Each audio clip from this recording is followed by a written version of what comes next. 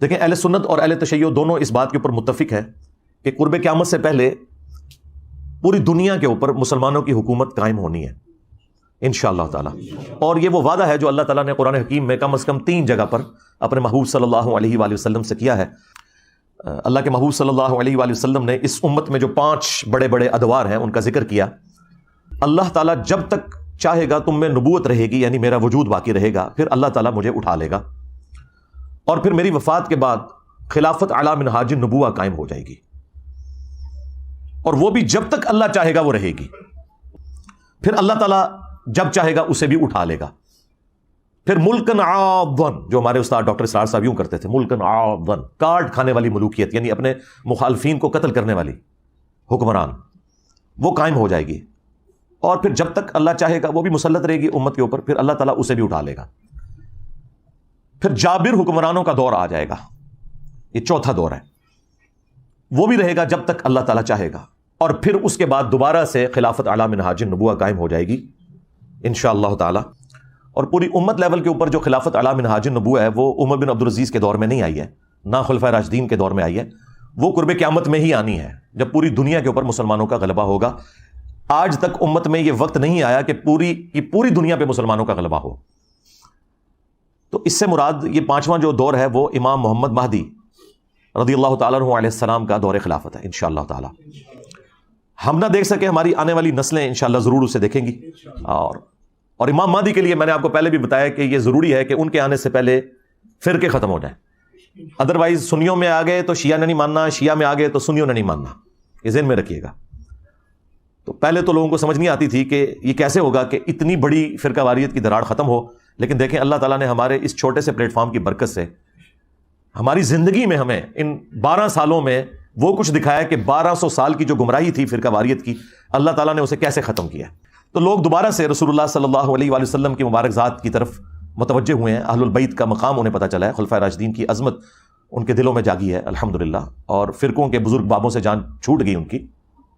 جس طرح توحید میں وہ ایک اللہ کے ماننے والے ہو گئے، اسی طریقے سے اطاعت میں وہ بابوں کی بجائے ایک اس شخص کے ماننے والے ہو گئے کہ جس کی قبر مدینے میں ہے.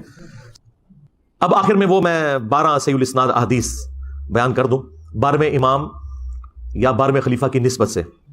پہلی حدیث بخاری اور مسلم دونوں میں موجود ہے.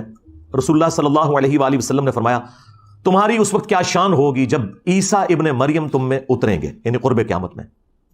وَإِمَامُكُم مِّنكُم، اور تمہارا امام تم میں سے ہوگا، یعنی امام جو ہے یہ امت ہوگی. اور عیسیٰ ابن مریم جو کہ اولو العزم پیغمبر ہیں، ان 5 اولو العزم پیغمبر جو سورۃ الاحزاب اور سورہ عاشوراء میں آئے، ان میں سے ایک اولو العزم پیغمبر مقتدی ہوگا اور امام وَإِمَامُكُم مِّنكُم، تمہارا امام تم میں سے ہوگا. دوسری حدیث مسلم شریف میں ہے، نبی صلی اللہ علیہ وآلہ وسلم نے فرمایا کہ میری امت کا ایک گروہ قیامت تک حق کے لیے لڑتا رہے گا حتیٰ کہ عیسیٰ ابن مریم نازل ہوں گے. اور مسلمانوں کا امیر ان سے کہے گا کہ آپ ہمیں نماز پڑھائیں، تو وہ کہیں گے کہ یہ اللہ تعالیٰ نے فضیلت اس امت کو دی ہے کہ تم میں سے بعض کے امام ہوتے ہیں، تو امامت تم کرو گے، اور یہ امام محمد مہدی علیہ السلام ہوں گے. تیسری حدیث بھی بخاری اور مسلم دونوں کے اندر ہے. نبی صلی اللہ علیہ وآلہ وسلم نے فرمایا، میری امت کے آخر میں ایک ایسا خلیفہ آئے گا جو مال بھر بھر کر دے گا لوگوں کو. وہ راوی حدیث جو ہیں وہ پوچھتے ہیں اس صحابی سے کہ کیا اس خلیفہ سے مراد عمر بن عبدالعزیز ہیں؟ تو وہ کہتے ہیں نہیں، اس سے مراد عمر بن عبدالعزیز نہیں ہے، یہ وہ خلیفہ ہے جو امت کے اینڈ پہ آئے گا قرب قیامت میں، یعنی امام محمد مہدی علیہ السلام. ایک اور تفصیلی حدیث ہے المستدرک للحاکم کے اندر موجود ہے. نبی صلی اللہ علیہ وآلہ وسلم نے فرمایا کہ مہدی میری امت کے بالکل آخر میں آئے گا، اور اللہ تعالیٰ اس کی برکت سے زمین پر بارشیں نازل فرمائے گا، زمین نباتات اگائے گی، پوری دنیا پہ عدل و انصاف ہوگا، وہ لوگوں میں مال تقسیم کرے گا. یہ وہی الفاظ جو بخاری مسلم میں بھی ہیں. مویشیوں کی ریل پیل ہوگی اور اسلام کا غلبہ ہو جائے گا. پھر وہ 8 سال تک دنیا میں رہیں گے اور پھر دنیا سے تشریف لے جائیں گے، یعنی 8 سال ان کا دور خلافت ہوگا. 5ویں حدیث سنن ابی داؤد میں ہے کہ نبی صلی اللہ علیہ وآلہ وسلم نے فرمایا کہ اگر دنیا ختم ہونے میں ایک دن بھی باقی رہ جائے، اللہ تعالیٰ میرے اہل البیت میں سے فاطمہ کی اولاد میں سے ایک شخص ضرور پیدا کرے گا جو پوری دنیا کو عدل و انصاف سے بھر دے گا. اب یہ ایک دن سے مراد یہ ہمارا ایک دن نہیں ہے جو قرآن میں ہے نا کہ اللہ کے ہاں جو ایک دن ہے وہ تمہارے 1000 سال کے برابر ہے، یعنی 1000 سال بھی آگے بچتے ہوئے نا آخری 1000 سال بھی رہ گئے تو اللہ تعالیٰ نے مہدی کو ضرور بھیجنا ہے. چھٹی حدیث بھی سنن ابی داؤد میں ہے، نبی صلی اللہ علیہ وآلہ وسلم نے فرمایا کہ مہدی میرے اہل البیت میں سے ہوگا اور وہ میری بیٹی فاطمہ کی اولاد میں سے ہوگا۔ اب مجھے بتائیں، جو مہدی فاطمہ کی اولاد میں سے ہے وہ آ کے یہ کہے گا کہ جی بنو امیہ کی آپ تعریف کریں اور بنو ہاشم کو نیچا کریں؟ وہ آ کر جو ہے وہ جنگ جمل صفین نہروان میں مولا علی علیہ السلام کو سپورٹ کرے گا یا ناسبیوں کو سپورٹ کرے گا؟ آپ خود سوچیں۔ 7ویں حدیث بھی سنن ابی داؤد میں ہے، آپ علیہ السلام نے فرمایا کہ دنیا اس وقت تک ختم نہیں ہوگی جب تک کہ میرے اہل البیت میں سے ایک شخص عربوں کا بادشاہ نہ بن جائے جس کا نام میرے نام کے اوپر ہوگا، محمد بن عبداللہ المہدی۔ 8ویں حدیث جو ہے وہ مسلم شریف میں بھی کچھ حصہ اس کا موجود ہے، کچھ سنن ابی داؤد کے اندر ہے کہ نبی علیہ السلام نے فرمایا کہ جب مہدی ظاہر ہوگا تو وہ بیت اللہ میں پناہ لے گا اور اسے قتل کرنے کے لیے ایک گروہ روانہ ہوگا شام سے، اور مقام بیدا پر اللہ تعالیٰ اس گروہ کو زمین میں دھسا دے گا۔ یہ ایک اللہ تعالیٰ کی طرف سے ایک غیبی خبر ہوگی پوری امت کے لیے کہ یہ اللہ تعالیٰ کی اسپیشل پروٹیکشن ہے مہدی کے ساتھ۔ تو وہ لشکر زمین میں جب دھسایا جائے گا، یہ اس بات کا ثبوت ہوگا۔ جو لوگ پوچھتے ہیں کہ جی ابھی تک 500 مہدی تو قتل ہو چکے ہیں امت میں، تو اوریجنل بھی کہیں قتل نہ ہو جائے؟ نہیں سرکار، اوریجنل نہیں قتل ہوگا۔ اوریجنل کو جب قتل کرنے کی کوشش کریں گے تو وہ لشکر ہی زمین میں دھسا دیا جائے گا۔ یہ اللہ تعالیٰ کی طرف سے اسپیشل پروٹیکشن ہوگی کہ مہدی کو کوئی نقصان نہیں پہنچے گا۔ 9ویں حدیث سنن ابن ماجہ میں ہے کہ نبی علیہ السلام نے فرمایا کہ مہدی میرے اہل بیت میں سے ہوگا اور اللہ تعالیٰ ایک رات میں اس کا معاملہ درست کر دے گا، یعنی حالات و واقعات ایسے فیوریبل کر دے گا کہ مسلمانوں کی لیڈرشپ کے لیے اسے تیار کر دے گا۔ یہ 9 حدیثیں جو ہیں یہ مرفوع حدیثیں ہیں جو میں نے بیان کی، یعنی نبی صلی اللہ علیہ وآلہ وسلم نے خود ارشاد فرمایا اور صحابہ نے نبی علیہ السلام سے سنا۔